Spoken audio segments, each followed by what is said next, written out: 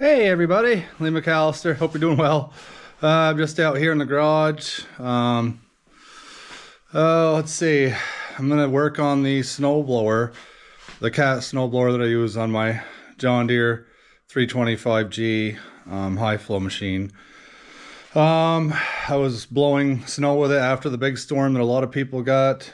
We ended up with like, I don't know, 14 inches here. But anyway, I got up there where it was hard and I pushed into a snowbank by the road, and one of these steel lines that run over to the drive side of the auger inside, I decided to let go. Let me spin this around and I'll show you a couple things. But so this is the steel cover that goes over that. Apparently there's not really, it's got ends on it, so stuff kind of must have filled up on this end. That's where the line was, and must have rotted it out a little bit. We'll come over here. So one of the steel lines I'd already taken off, well, the big line that goes to this, but you can see here's one line, this lower line, the nut that goes on this flat face actually disintegrated and it fell right apart. So yeah, that was a heck of a mess, and I lost quite a bit of oil. Of course, I had it locked in high flow and we were pumping, so yeah, it was fun. It was expensive. Between the skid steer gelling up that day because, I don't know, I had some bad fuel. I had to go get filters. I had to, change the fuel filters and heated up some stuff and lines, and finally got it running. But what a nightmare that whole day was. So I finally, finally got stuff going, and then this happened. Skid steer is good now. So I cut it with some kerosene. I don't know, some people don't like that, but whatever. That was what I did. I'm not gonna mess around with gelled up fuel all winter, the rest of the winter. We still got February and March, and it can be pretty nasty here in the mountains. So yeah, that's done. It seems to be fine now. It was 8 below this morning, like negative 15 Fahrenheit with the wind. Yesterday was wicked cold. It was, what was yesterday? I think it was like 12 or 13 or 14, something like that, negative Fahrenheit. And I think they said with the wind chill up on the mountain, I did a small ride yesterday, it was negative 40 Fahrenheit. So yeah, it was cold. I couldn't go very far. I was absolutely froze to death on the snowmobile. But I threw this in the garage this morning. I don't want to work out on the snow, in the snow. It just makes it even worse, especially if you drop bolts and stuff. I got a little propane heater that I might get going in here. But I just figured I'd do a little update video. I'm going to set the camera up when I start tearing into this. Maybe some people will be interested in that. I'm not sure. It doesn't look that fun, and some of the stuff has sat for a while. I mean, the blower really hasn't been used a whole lot. It was my boss's blower, and they didn't use it at all anymore, just sat. And that's the trouble. When stuff sits, that is the worst for stuff. Unless you can keep it inside, up on something, and keep it oiled up. I mean, stuff just sitting and not being used is the worst. But oh yeah, let me spin this around. So these lines here, we're going to do away with these lines. I'm going to make just a couple pieces of steel with a couple bolts where I can just change, where I want the bolt in there. Because this don't work. We couldn't get the electric squared around with that. So I'm just going to take them lines off right there, cap them right there, and done. And that'll be the end of that. What else? I think that's really it. I mean, all the bearings are good on this. This blower is really not in bad shape. I will get the tractor backed out of here, and yeah, we'll get going. The Pioneer, it hasn't been used for a while. I did take all my skid plates off, so I'm a little bit anal with stuff, and I actually WD-40'd and I actually took these end caps off, and I actually filled them full of WD-40 and a little bit of fluid film. And yeah, so this machine will be almost, well, it's 2 years old, but it's a 23, and there's zero rust on it. That's just, take care of your stuff. That's all I get to say. It'll last. Let's come out here. The skid steer's been good, minus the whole gelling episode, and some of that's on me. It was bad fuel. I did even put some treatment in it before it got that cold, and I ran it, but the fuel was just plain terrible. So whatever, that's what I get. I usually put that house in there and have no trouble, and I don't know, I use that what is it, Power Guard or whatever, 911, and the other stuff treatment, and yeah, it didn't work out. But yeah, we're gonna finish cleaning the yard quick. I'm gonna back the tractor out and get going with stuff. Just figured I'd do a little small video today, and it may be longer, or I might do a separate one on that snowblower, but I am gonna set the camera up and do what I can. I don't have the greatest lighting in there, but you know, we'll do what we can do with that. Yeah, and oh, I also added this on the skid steer yesterday. So if anybody's out there can tell me if, so there's inserts that slide in, there's already these little octagon holes here, so I put them in, and I kind of thought it was like, you know, there's them expandable stuff where you tighten up the bolt and expands in there and tightens up, but I don't know, this really didn't tighten up. So if anybody out there has installed this, do the inserts actually got to get welded, or does this get welded as well? Because it's definitely not very tight, and I don't like that.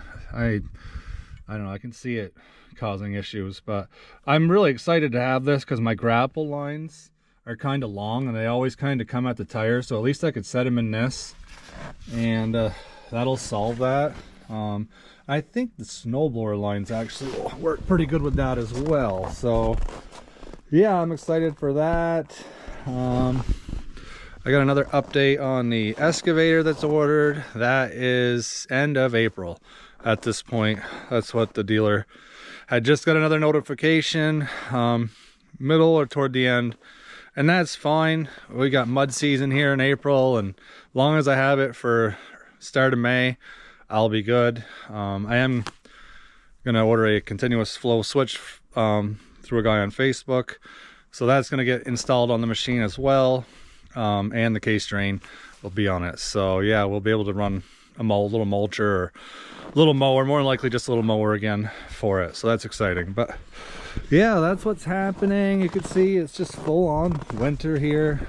We got like, I don't know, 3-4 feet of snow here now, and yeah, it's just it's been pretty crazy. I think a lot of people have getting some winter this year up this way in the Northeast. So yeah, that's what's happening. Well, I'm just gonna shut this off for a little bit, and I'm gonna get the tractor moved out of the way, and then I'll be right back with you guys. And the Kubota L3560, absolutely loving this tractor. I think I've said it before in a video, but it has started and it's just ran. It's been absolutely bulletproof. So I got zero complaints on this tractor. I don't know, I've just been very impressed with it. The build quality's been great. It just seems to run.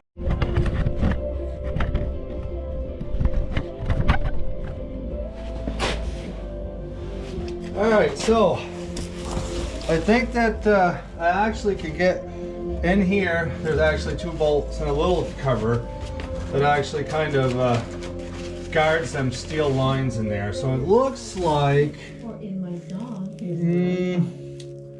there's either 1 or 2 bolts that hold this cover, but it might be 2, but I'm gonna get that cover out of the way, and I think I'll be able to get a wrench on there. It looks like I can see the nuts and get that line, that short steel line out of there, and I can get a replacement. I'll probably just order it through CAT. There's steel lines, I might as well just get I got the serial number. I should be able to deal with my local CAT dealer on this.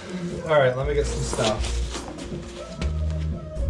Alright, we're back. So inside inside here there is a it's hard to see, I'm sorry, but I just don't have a lot of good light, but you can see these bolts here on this flange. There's 2 on the other side. Right here you can see I took 1 out there. That one's gonna come out, and then the back cover comes off, So that's what I'm gonna do right now. 19 there, and we'll get that, hopefully get it out. There's not a lot of room on the bottom bolt there. Of course, you couldn't just, nothing's ever that easy. There we go. All right.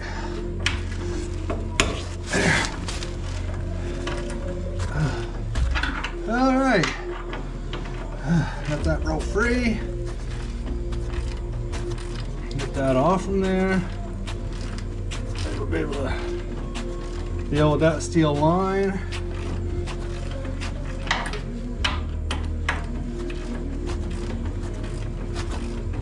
At least I didn't blow a seal out or something. You know, that would have probably been really bad. Yeah, so we don't need that. I'm sure this one steel line is not cheap through CAT, but you have equipment. That's just all part of having equipment. So we will fix it and get going again. There.